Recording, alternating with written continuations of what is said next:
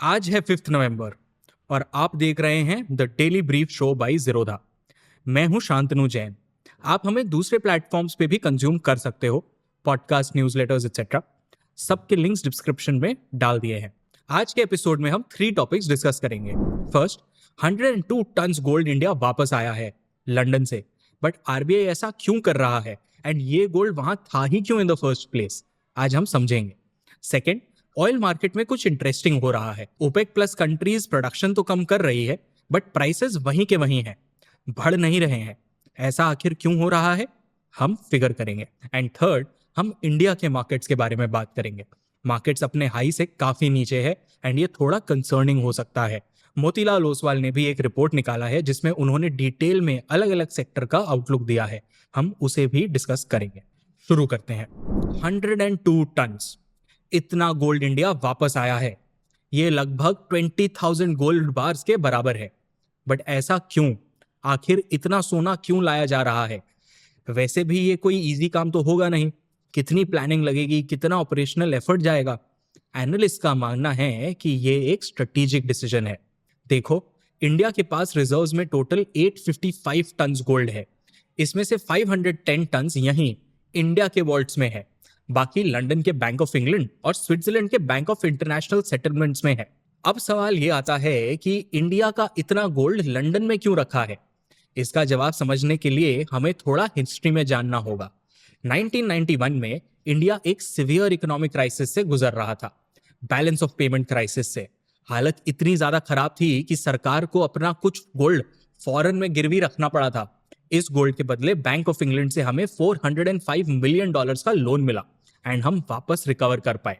अब इंडिया ने अपना वो गोल्ड वापस खरीद तो लिया, लेकिन कुछ हिस्सा लंदन में ही लॉजिस्टिक्स रीजंस के कारण रख दिया। और एक रीजन था गोल्ड वहीं रख देने का। देखो, बाकी कंट्रीज भी ऐसा ही करती है। लंदन ग्लोबल गोल्ड मार्केट का सेंटर है। वहां लिक्विडिटी, ट्रांसपेरेंसी और सिक्योरिटी काफी हाई है। एंड वहां गोल्ड रखने का एक और फायदा भी है। वहां जो कंट्रीज गोल्ड रखते हैं उनको करेंसी स्वैप्स और ट्रेड फाइनेंसिंग में क्विक एक्सेस मिल जाता है। पूरी दुनिया के सेंट्रल बैंक्स के लिए लंदन एक स्ट्रेटेजिक लोकेशन है जहां पर गोल्ड रखने से वो अपने रिजर्व्स को आसानी से मैनेज कर पाते हैं। लेकिन अब जियोपॉलिटिक्स के राइजिंग टेंशंस की वजह से ग्लोबल फाइनेंशियल लैंडस्केप में चेंजेस आ रहे हैं। जैसे हाल ही में कई देशों ने रशिया के कुछ इंटरनेशनल एसेट्स को फ्रीज कर दिया है। इससे इंडिया जैसे कंट्रीज के लिए सवाल खड़ा हो जाता है कि अगर ऐसा कुछ हमारे एसेट्स के साथ हुआ तो भाई क्या करेंगे हम? भले ही लंदन और स्विट्जरलैंड हिस्टोरिकली सेफ हेवन्स माने गए हैं कोल्ड स्टोरेज करने के लिए स्पेशली, लेकिन ये एसेट फ्रीज ये दर्शाते हैं कि फॉरेन जुरिस्डिक्शंस में वेल्थ रखना बहुत ज्यादा रिस्की है। इंडिया को अपने गोल्ड को वापस लाने का रीसेंट डिसीजन इस कंसर्न को हाईलाइट करता है।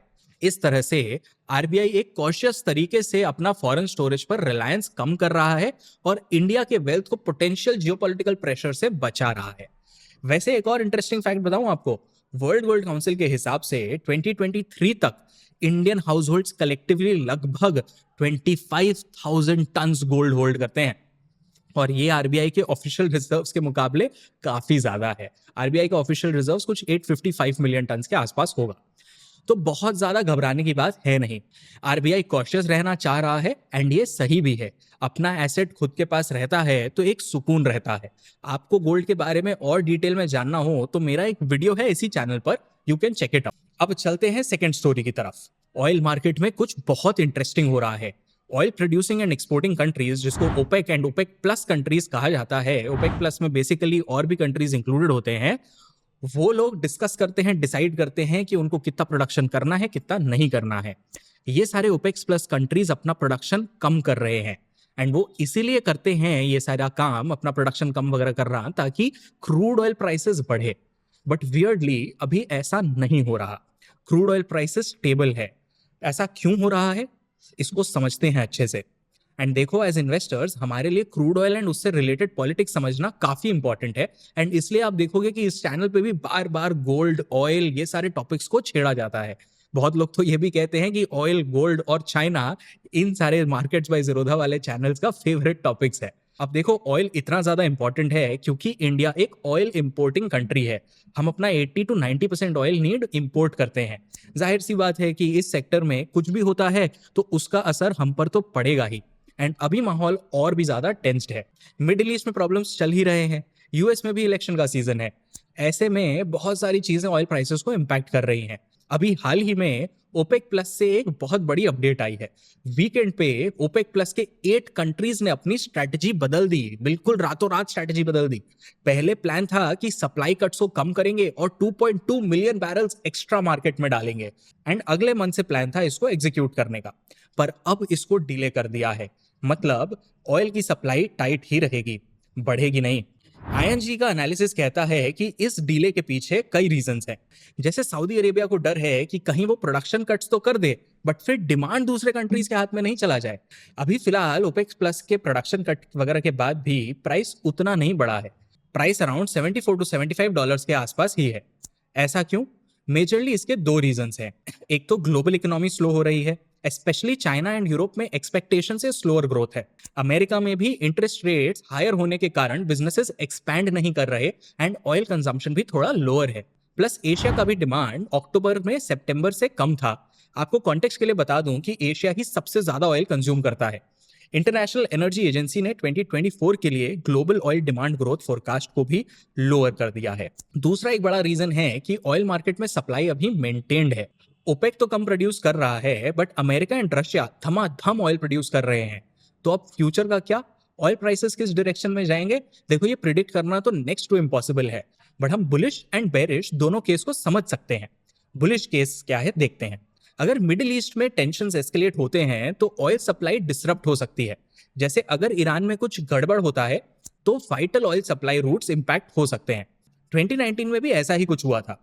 सऊदी में एक अटैक हुआ था एक ऑयल फैसिलिटी पे, उसकी वजह से 5 मिलियन बैरल्स का प्रोडक्शन बंद हो गया था। ऐसे डिस्ट्रप्शन से ऑयल प्राइसेस शार्पली बढ़ सकते हैं। बेरिश केस समझते हैं।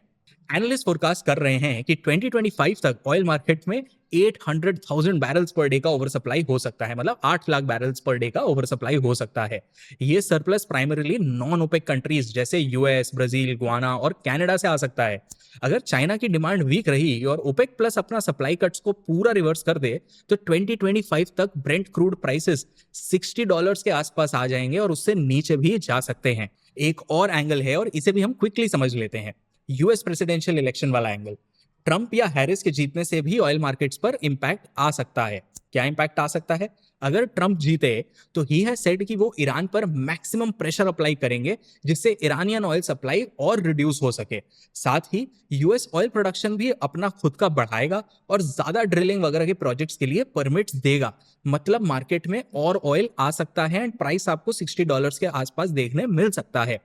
बट अगर हैरिस जीतती हैं तो वो मोस्टली करंट एडमिनिस्ट्रेशन का अप्रोच कंटिन्यू करेंगी, मतलब ऑयल सप्लाई मैनेज करना और एमिशंस को रिड्यूस करना। सैंक्शन पॉलिसीज को मेंटेन करते हुए एनवायरमेंट गोल्स पर उनका फोकस रहेगा।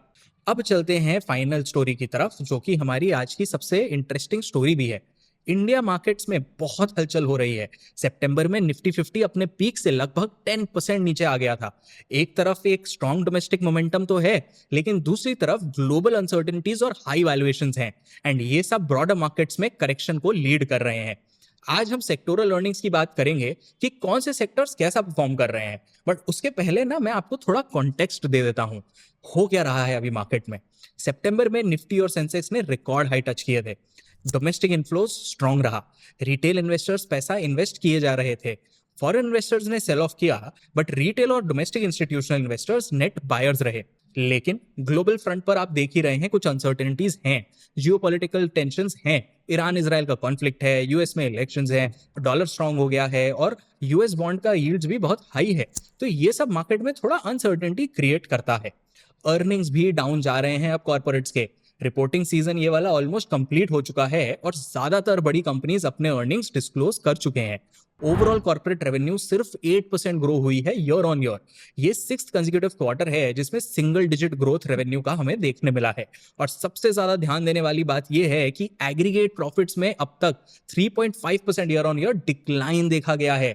ये Q3 फाइनेंशियल ईयर 2023 के बाद पहला प्रॉफिट डिक्लाइन है। बर्नस्टीन के एनालिसिस के हिसाब से NSE 100 के 65% से ज्यादा कंपनीज ने अपने अर्निंग्स रिपोर्ट किए हैं। इसमें से 48% कंपनीज ने अर्निंग्स एक्सपेक्टेशन से 4% कम अर्न किया है। ये मार्च 2020 के बाद से सबसे बड़ा अर्निंग्स मिस है। मोतीलाल ओसवाल ने भी हाल ही में एक रिपोर्ट पब्लिश किया है, उनका भी यही एनालिसिस है कि इस क्वार्टर के अर्निंग्स काफी डिसअपॉइंटिंग है। क्वार्टर 2 फाइनेंशियल ईयर 25 के लिए वो निफ्टी अर्निंग्स में सिर्फ 2% year over year growth project कर रहे हैं। ये मिड 2020 के बाद का स्लोएस्ट पेस है। अगर ऑयल मार्केटिंग कंपनीज जिनको ओएमसीज कहते हैं उनको एक्सक्लूड कर दिया जाए तो ग्रोथ एस्टिमेट बढ़कर लगभग 5% ईयर ऑन ईयर हो जाता है। तो देखो, ग्रोथ तो धीमी हुई है, बट सवाल ये है कि आने वाले दिनों में कौन से सेक्टर्स अच्छा परफॉर्म करेंगे और कौन से पीछे रहेंगे। इस क्वार्टर में फाइनेंशियल सेक्टर, खासकर बीएफएसआई, स्टैंड आउट कर रहा है। ये 11% year on year earnings growth project कर रहा है। पब्लिक सेक्टर बैंक्स में 17% का इंक्रीज एक्सपेक्ट किया जा रहा है। प्राइवेट बैंक्स में एक थोड़ा स्लोअर 5% का ग्रोथ एक्सपेक्ट किया जा रहा है। लेंडिंग फोकस्ड एनबीएफसीज भी स्टेबल क्रेडिट कंडीशन से फायदा उठा सकते हैं। एक और स्ट्रॉन्ग सेक्टर है हेल्थ केयर। यहाँ 15% अर्निंग्स ग्रोथ एंटिसिपेट किया जा रहा है। इस ग्रोथ के दो रीजंस हैं, स्ट्रॉन्ग डोमेस्टिक डिमांड एंड कुछ strategic launches US generics market में। हॉस्पिटल्स के प्रॉफिटेबिलिटी में भी बेड एडिशन, ऑक्यूपेंसी का बढ़ना और दूसरे रेवेन्यू ऑप्टिमाइजेशन स्ट्रेटजीज अर्निंग्स को बूस्ट कर सकते हैं। यूटिलिटीज भी स्पॉटलाइट में है अभी। मोतीलाल के एस्टिमेट के हिसाब से 24% year over year growth project किया गया है। ये ग्रोथ न्यू कैपेसिटी और इंडस्ट्रियल और अर्बन सेक्टर्स में स्ट्रॉन्ग डिमांड के चलते आ सकती है। एनटीपीसी और पावर ग्रिड जैसी कंपनीज को इन फेवरेबल कंडीशन से फायदा मिल सकता है। दूसरी तरफ कुछ सेक्टर्स को ऑफ कोर्स मुश्किलें भी फेस करनी पड़ेंगी। कौन सी सेक्टर्स हैं, समझते हैं। मेटल्स में मोतीलाल ओसवाल सिर्फ 2% year over year increase expect कर रहा है। डिक्लाइनिंग मेटल प्राइसेस और चाइना से सस्ते इंपोर्ट्स इस सेक्टर को नीचे खींच रहे हैं। ऑयल और गैस सेक्टर को भी और ज्यादा स्टीप डिक्लाइन फेस करना पड़ सकता है और प्रॉफिटेबिलिटी 33% ईयर ओवर ईयर गिर सकती है। ये सेक्टर वीक ग्लोबल प्राइसेस और रिफाइनरी मार्जिन्स के कम होने के कारण प्रेशर में है। ऐसा लोअर इंटरनेशनल डिमांड और हाइटेंड कंपटीशन की वजह से ये हो रहा है अभी। रिलायंस और बीपीसीएल जैसे बड़े प्लेयर्स के लिए ये रिड्यूस रेवेन्यू स्ट्रीम्स और टाइट प्रॉफिट मार्जिन्स अर्निंग्स पे प्रेशर डाल सकते हैं। सीमेंट सेक्टर भी लास्ट ईयर के कंपैरिजन में 41% अर्निंग्स डिक्लाइन देख सकता है। Cement producers pricing pressure face कर रहे हैं अभी। मार्केट में ओवर सप्लाई है एंड इनपुट कॉस्ट भी हाई है। खासकर कोल और ट्रांसपोर्टेशन कॉस्ट इनके मार्जिन्स को स्क्वीज कर रहे हैं। लो प्राइसेस और राइजिंग एक्सपेंसेस का ये एक कॉम्बिनेशन दिखाता है कि कमोडिटी ड्रिवन इंडस्ट्रीज जैसे सीमेंट के लिए ग्रोथ मोमेंटम बनाए रखना लॉन्ग टर्म में बहुत चैलेंजिंग है। Overall Motilal Oswal cautiously optimistic है। स्ट्रॉन्ग डोमेस्टिक इन्फ्लोज और रूरल कंजम्पशन रिकवरी कुछ ऐसे अर्ली सिग्नल्स हैं जो मार्केट को आगे बूस्ट कर सकते हैं, बट रिस्क्स भी है। वैल्यूएशंस सही में हाई है। निफ्टी अभी अपने फॉरवर्ड अर्निंग्स के लगभग 21.5 टाइम्स पे ट्रेड कर रहा है, जो लॉन्ग टर्म एवरेज से लगभग 5% ऊपर है। Market cap to GDP ratio अगर आप देखते हो तो 146% पर है। इसका हिस्टोरिकल एवरेज भी 85% के आसपास ही है, तो अभी तो बहुत ज्यादा हाई है। एंड नेक्स्ट क्वार्टर में भी एक्सपेक्टेशंस मीट अगर नहीं हुई अर्निंग्स की तो हमें और वॉलेटिलिटी देखने मिल सकती है। मोतीलाल के नजर में ब्रॉडर मार्केट और भी स्ट्रेच्ड है। मिड कैप और स्मॉल कैप इंडिसेस ने लार्ज कैप्स को सिग्निफिकेंटली आउटपरफॉर्म किया है पास्ट ईयर में। निफ्टी मिड कैप 100 लगभग 48% ऊपर है और निफ्टी स्मॉल कैप 100 अराउंड 50% बढ़ चुका है। ये निफ्टी 50 के वैल्यूएशन से 60% प्रीमियम पर है, मतलब बहुत हाई। ये छोटे स्टॉक्स ग्रोथ पोटेंशियल तो जरूर लेकर आते हैं, बट इतने हाई वैल्यूएशन लेवल्स एक एडेड रिस्क हैं। अगर हम इंटरेस्ट रेट पॉलिसी देखें तो क्वांटिटेटिव ईजिंग की तरफ ग्लोबल शिफ्ट हो सकता है और एक ये यूएस इसमें बड़ा रोल प्ले कर सकता है। यूएस फेड ने रेट कट करना शुरू कर दिया है। हिस्टोरिकली मॉनेटरी ईजिंग के पीरियड्स में फॉरेन इन्वेस्टर्स ने इंडियन इक्विटीज में पैसा लगाया है। हमने ये 2007-8 और 2019-20 में भी देखा था। आरबीआई भी शायद अगले साल थोड़ा क्वांटिटेटिव ईजिंग कर सकता है, उम्मीद तो है। ये भी इंडियन स्टॉक्स को बूस्ट दे सकता है, लेकिन इसके लिए जरूरी है कि इन्फ्लेशन और दूसरे डोमेस्टिक फैक्टर्स सही डायरेक्शन में रहे। बट इंडिया का मार्केट अब पहले जैसा रहा नहीं। एक बहुत बड़ा चेंज आया है इसमें। डोमेस्टिक रिटेल इन्वेस्टर्स अब मार्केट का एक की पिलर बन गए हैं। डोमेस्टिक इन्फ्लोज ने रिसेंट ईयर्स में फॉरेन इन्फ्लोज को 5.5 to 1 के मार्जिन से पीछे छोड़ दिया है। ये steady local support Indian market को थोड़ा रेजिलियंट बनाता है, स्पेशली जब हम इसे ग्लोबल पीयर्स से कंपेयर करते हैं। लेकिन अगर सेंटिमेंट डोमेस्टिक लेवल पर शिफ्ट होता है तो हमें ब्रॉडर मार्केट पर रिपल इफेक्ट जरूर देखने मिल ही सकता है। अब तो सारी उम्मीदें देखो फेस्टिव सेल्स और पोटेंशियल लोअर इंटरेस्ट रेट से है, बट मार्केट में कॉशियस रहना ही फायदेमंद है, खासकर मिड कैप और स्मॉल कैप का हाई वैल्यूएशंस के चलते। आने वाले महीनों में हम एक बैलेंसिंग एक्ट जरूर देख सकते हैं। ग्लोबल हेडविंड्स और लोकल टेलविंड्स आने वाले दिनों में भी ऐसे ही टकराते रहेंगे, इसीलिए इन्फॉर्म्ड रहना अब पहले से भी ज्यादा जरूरी हो गया है। तो चलिए अब फाइनली चलते हैं आज के लास्ट सेगमेंट टिटबिट्स पर। नंबर 1, मारुति अपने यूटिलिटी व्हीकल प्रोडक्शन को 33% बढ़ा रही है ताकि कंज्यूमर डिमांड को पूरा किया जा सके। ये एक स्ट्रेटेजिक शिफ्ट है। वो कॉम्पैक्ट कार से हटकर ब्रॉडर मार्केट ट्रेंड्स के साथ अलाइन कर रहे हैं। नंबर 2, अक्टूबर के जीएसटी कलेक्शंस 9% से ग्रो करके 1.87 लाख करोड़ रुपीस तक पहुंच गए हैं। ये trend government infrastructure investment led growth को बूस्ट कर सकता है एंड ओवरऑल इकोनॉमिक ग्रोथ को भी बूस्ट कर सकता है। नंबर 3, भारत का पेट्रोलियम, जेमस्टोन और शुगर एक्सपोर्ट्स में ग्लोबल शेयर बढ़ रहा है, जो की मार्केट्स में उसकी पोजीशन को और भी मजबूत कर सकता है। आज के लिए बस इतना ही। मैं हूं शांतनु जैन।